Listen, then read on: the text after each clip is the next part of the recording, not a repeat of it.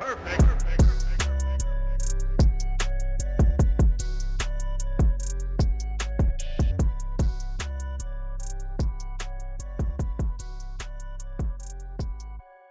Okay, you know the drill. We got a recap during Monday Night Football. The Bears just turned it over. They're up 9, or they just kicked the field goal. They're up 9-3. Justin Fields needs 8.8 the rest of the game for Untouchables to come back and beat the Chairman. If not, the Chairman will get an upset win there. So we'll come back to that near the end and monitor how Fields is doing. Although during this recap, Fields might not have the ball depending how quick we go. But we'll revisit that. So let's start with a survival match. Well, first, actually, let's set the stage with two things. Let's just make sure there were no more trades. I think the deadline should have hit, but you guys might have not have had it. Yet again, there was a trade. Wait, no. That was more than a week ago. Okay, we're good. So, did I talk about Jefferson for? Yeah, I think I did. Okay, so the trades are out of the way. Let's talk about where we are in the standings coming into the week. So, 6 teams make the playoffs, and we saw a big gap. We saw 4-7 teams 2 games behind the 6th spot. El Granados at 6-5. So we had a 2-game gap from 6 to 7. Looks like potentially this is kind of set in stone maybe. If one of the 4-7 teams lose, it's over. And it looks like, it's going to be hard to come back anyway. But let's see how the 4-7 teams do in trying to catch up. And that's where we are going to start this.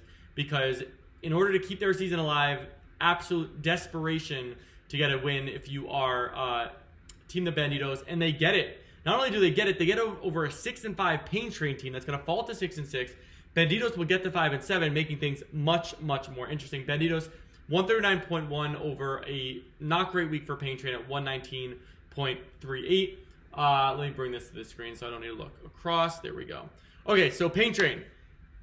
The disappointments with Justin Herbert. There was some garbage time points near the end, but unfortunately, Justin Herbert just not a great week. A great week would have given you a more competitive game here, but he's not alone on your team. You have Cooper Kupp continuing to be potentially almost decoy-esque with that ankle injury. Definitely tough seeing him so fragile and unable to really do anything last week. Hopefully it doesn't stay the same the rest of the season, but you got to be a little bit concerned.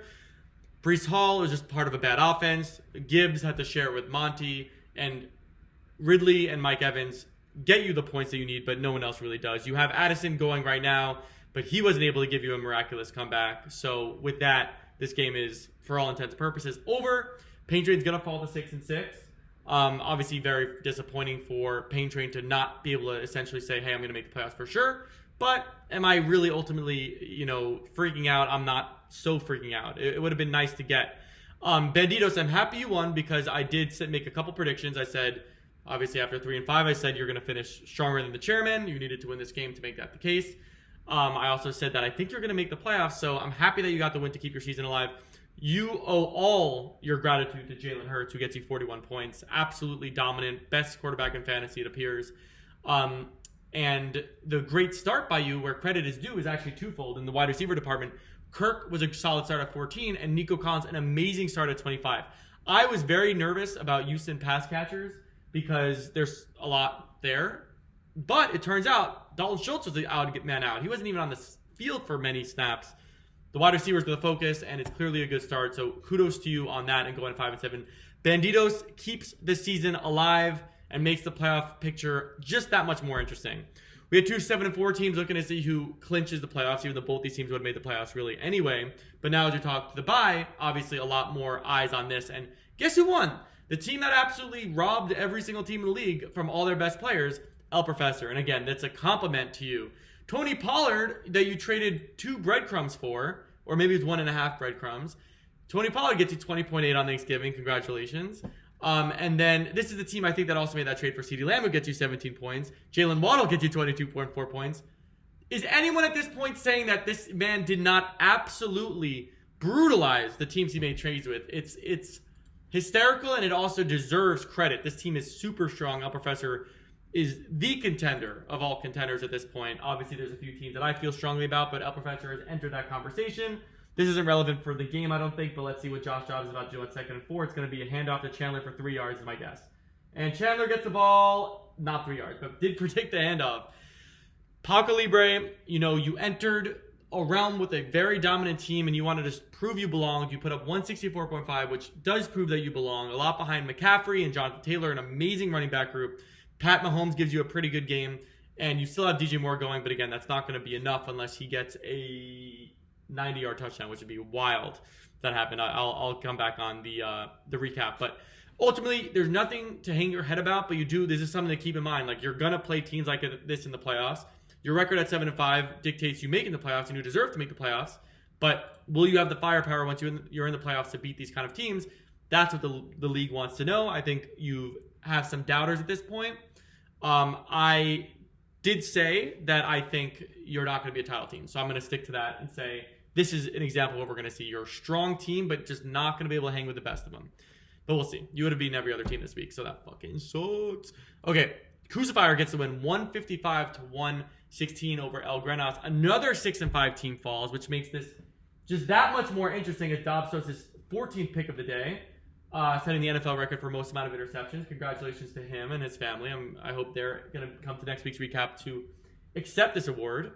I do like Josh Dobbs, not as a necessarily, I never bought into the hype. This is why I traded away Justin Jefferson, but I like him as a person. I know him very well. I read that he's a smart guy. That's really all I got. So I feel sad that it's happening to him on primetime, and hopefully after the bye with Justin Jefferson, he plays better. But I think if you're invested in Vikings pass catchers, it's not a good time to do that, especially Addison. I think Addison has to be fantasy irrelevant at this point. Watching him get like a game-winning touchdown. But once Jefferson comes back, Jefferson's good enough to obviously want to start, but is he the wide receiver one? No. Anyway, back to this matchup. El Grenas shows that he's vulnerable, and this playoff situation gets that much more interesting.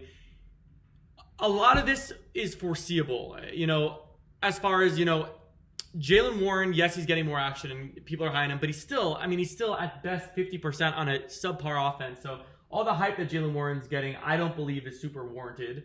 And then Jamar Chase actually has a decent game. 2 of those catches, I believe, were off deflections, though. 11.6 is not Jamar Chase numbers. You don't have yourself a wide receiver 1. You have yourself a wide receiver 2. Similar to Devontae Adams, you go from a high-end wide receiver 1 to a low-end wide receiver 1 with the quarterback change. It's a lot of big names in this offense, but just not enough to power it through, in my opinion.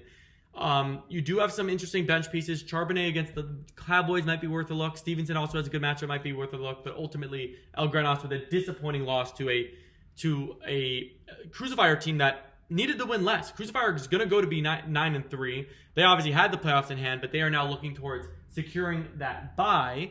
CJ Stroud just continuing to be an amazing value, 38 points, and you package him with Tank Dell, who got 16.2, despite not even really being involved in the second half. Really, every single person on this team contributed. If you're telling me what does a playoff team look like, I'm telling you this is what it looks like. Just totally deserving of the record that they have. You can't really be much of a doubter on Crucifier. Obviously, it's not the team that I've been the highest on, but I don't know. I talked about it being the best managed team, and it's hard to say that it's not. I mean, these are some great starts. CJ Stroud, Tank Dell, like really value guys that were not drafted high but are now carrying your team. And by the way, great defensive start in San Francisco as well. So Crucifier obviously looking towards that bye. We got a 4-7 team trying to say that their season's still alive. Another one, an El Captain, and they keep it alive, getting a win 155-116. Huge win again. This playoff picture is about to get 155-116 was the other matchup. This final score was similar, 156-123. Sons of Chaos was done, but I guess mathematically they're done. So that's over. El Captain, though, season's still alive. Josh Allen, 50 points, absolutely massive. Another quarterback carrying possession. But another couple great starts by you as well. Rashee Rice, 26.2 points, is obviously a super valuable start and great job by you. And then the Denver defense gets you 20 against a Cleveland offense, which was a good start given the quarterback you knew you'd be playing against. And using a defense that people were saying was the worst defense in NFL history in the first few weeks, they end up obviously improving throughout the season and was a great fantasy start. You don't see them started much in fantasy, so very impressive. Sons of Cats, we won't talk that much about. Obviously, very disappointing season. Dak gets you 45. You think you might be alive after Thanksgiving, but proves to not be the case. So let's see how Justin Fields is doing, as we still are looking for now 8.4 points. And that's a turnover? Oh!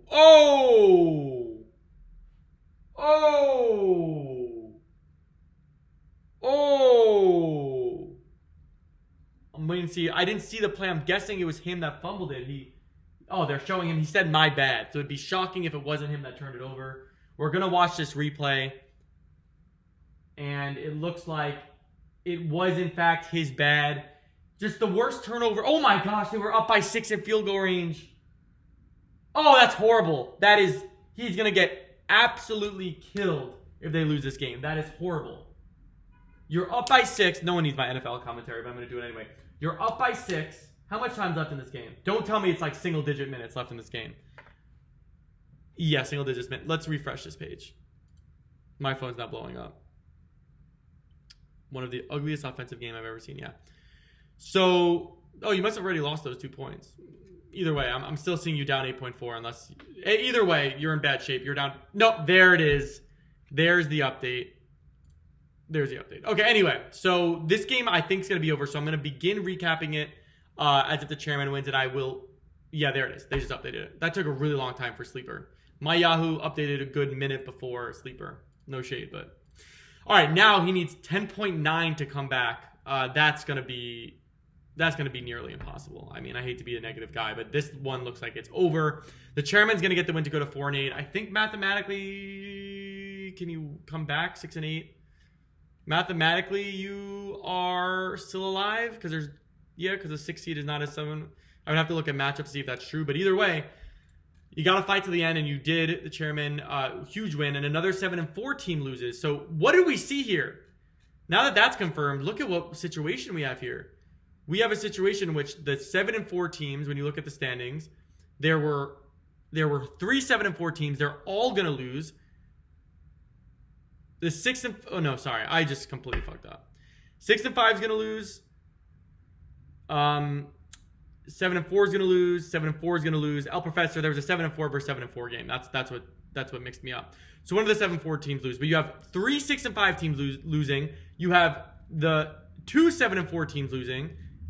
This is getting interesting. This is getting very interesting. Wow. So only one of the top 6 teams won, and all bottom 4. No, I'm fucking this up. There's no way I'm doing this correctly in my head. You get what I'm saying, though. Pretty hectic situation. So anyway, let's talk about the final matchup as I try and do the math in my head. Okay. The chairman, surprising. You had an awful game from Tua, and you still were able to rebound and get this win, most likely. Josh Jacobs had a long touchdown run, which obviously helped you a ton. Kamara with his classic low-floor performance being enough for a fantastic game. Ayuk wasn't very involved, but he gets a late touchdown. Pittman has a surprisingly good 22.7 game. Laporta had a great Thanksgiving game as well. And then you get a ton from your Dallas defense, as always, with that pick 6 to get you enough to keep the season alive going to 4-8. Again, I don't think a team's going to make it a 6-8, but technically, I guess it's possible at this point. There could be the highest scoring 6-8 team that ends up making it. Yeah, we know it's your bad. You literally fumbled the ball. No one else is involved in that play. Justin Fields, my gosh. I hate when players say my bad when it's only them involved in the play. Or like a guy misses a shot in basketball. It's like, yo, that's on me for missing that shot. Like, no, it's on, Okay, so Untouchables loses to go to 7-5. Again, this is just a wild week. I mean, you had the most boring playoff situation out of any league I was recapping. Now you have one of the more exciting ones.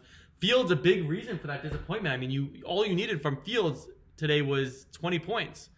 Unable to even come close in this moment unless there's a miraculous finish.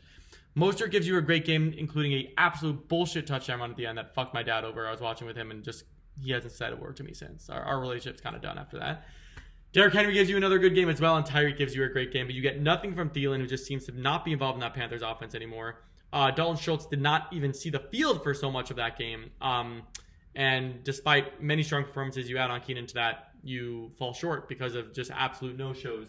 So this is a big play. If the Bears get the ball back, it's more interesting, but they don't, and this game is going to be a very interesting finish. So I'm going to be looking forward to seeing that. I will add a video if somehow there's a comeback here. I don't see it happening, but if not, again, reminder, one of the 7-4 teams won, and then, the 8-3 team won. That's what happened. Okay, so yeah, you take away the 1 seed. Now I got it, guys.